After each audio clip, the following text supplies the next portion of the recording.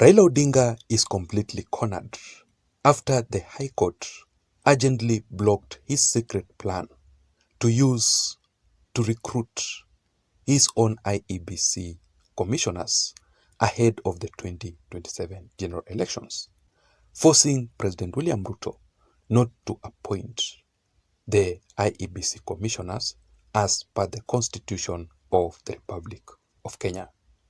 That move by the High Court is actually a big win for President William Samoei Ruto.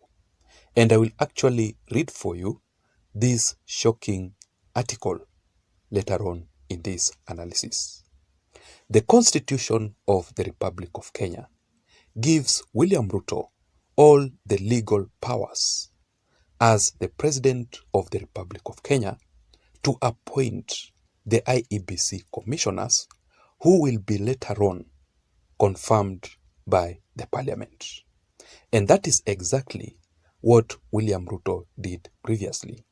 He selected a panel for the recruitment of the new IEBC officials to take charge in the 2027 general elections. But that move by President William Ruto urgently caused a very serious and severe headache, sleepless nights to Raila Odinga and majority of Azimio supporters and leaders.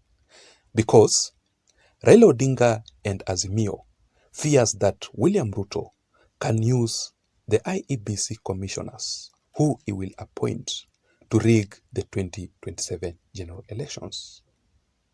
You know, up to date, majority of Raila Odinga's supporters strongly believe that William Ruto did not win the previous election. They strongly believe that Raila Odinga did not lose the previous elections. Majority of Raila Odinga's supporters, up to date, they believe that William Ruto actually rigged the previous 2022 general elections. But according to me, I'm actually one of the people in this country who believe that William Ruto won the previous elections fair and square. And that is actually the reason as to why, in the bipartisan dialogue talks, Raila Odinga demanded the immediate reconstitution and the restructure of IEBC selection panel, of which both parties leading the talks from Azimio and the Kenya Kwanza Alliance leaders agreed over that matter. But this is how the High Court ruled over that issue that actually humiliated Raila Odinga completely. Let me read for you and show you on the screen this article here, which says, IEBC, Court deals Raila major blow. A key recommendation of talks between President William Ruto and the opposition chief, Raila Odinga, could be rendered dead in the water after the High Court ordered for the immediate recruitment of the electoral commissioners, emphasizing the need to obey the Constitution and noting that the talks did not have a backing of law. So the question here is, after that move by the High Court, what next for Raila Odinga? Because remember that Raila Odinga protested together with Azimio supporters. They conducted several demonstrations across the country, and one of the irreducible minimums during those demonstrations was all about the reconstitution of the IEBC. And that is why I strongly believe that it will not be so easy for Raila Odinga to allow, just like that, for William Ruto to proceed and recruit the new IEBC commissioners. And especially what Raila Odinga experienced in the previous 2022 general elections with the former commissioners, Chebukati, Irene Masit, and the rest. Raila Odinga would not want the same situation to occur again in 2027, and especially if Raila Odinga will be on the ballot. So what will Raila Odinga do after the court ruling? I want to explain to you all about this very briefly, but before that, just a quick reminder, in case you are listening to me up to this point.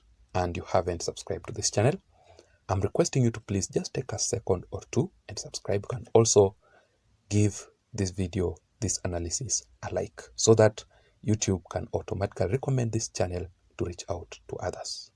To my returning subscribers who are listening to me, I really want to appreciate you so much for your continued support, because without your support, this channel cannot be where it is currently.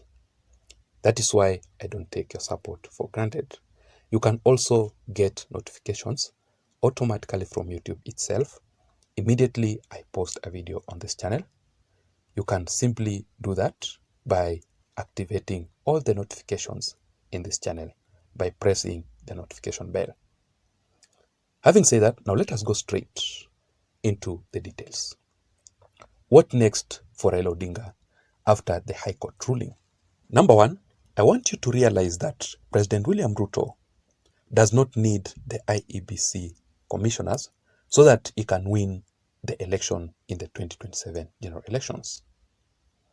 Even if Raila Odinga will appoint his brother Oburu Odinga, that is exactly what William Ruto has maintained, because he knows very well that for you to win an election, you need the people.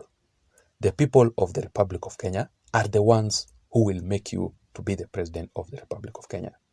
But in Raila Odinga's case, and Azimio supporters and leaders, they strongly believe that for one to win an election, they must have a deep state on their side. They must have the IEBC on their side. They must have the Supreme Court on their side. They actually don't know that the people of the Republic of Kenya who wake up very early to go and vote are the ones who determines who the next leader is. So let us wait and see how things will turn out to be. But basically my point here is there is a high possibility that Raila Odinga might decide to force himself into this issue. So I don't think if William Ruto will have to argue with Raila Odinga, because at the end of it all, President William Ruto is the one who will be having the last laugh, because he will win the 2027 general elections. Number two, another thing that might happen because of the spirit, the good spirit of the bipartisan talks. Remember, in the bipartisan talks that was led by Kalonzo Musyoka in Azimio and the majority leader in the National Assembly, Honorable Kimani Ichung'wah, they all agreed to be open enough in that talks. So because of that agreement, they might decide, okay, let us have a backing of the law in these bipartisan talks. Because up to date, I don't agree 100% with the dialogue talks. I don't know what is the secret behind these dialogue talks between William Ruto and Raila Odinga. Only time will tell. But they might decide to create a backing of the law using the parliament. So let us wait and see how things will turn out to be. But currently, as we speak, William Ruto will proceed to recruit the new IEBC and appoint the new IEBC commissioners. What's your take on this? Do you agree with the High Court ruling? Are you supporting Raila Odinga that he must be involved also unconstitutionally to appoint the new IEBC officials? Do you support William Ruto to proceed and appoint the new IEBC officials? Please don't forget to subscribe to this channel. Otherwise, let me see you again in my next analysis. My name is Jason. Bye-bye.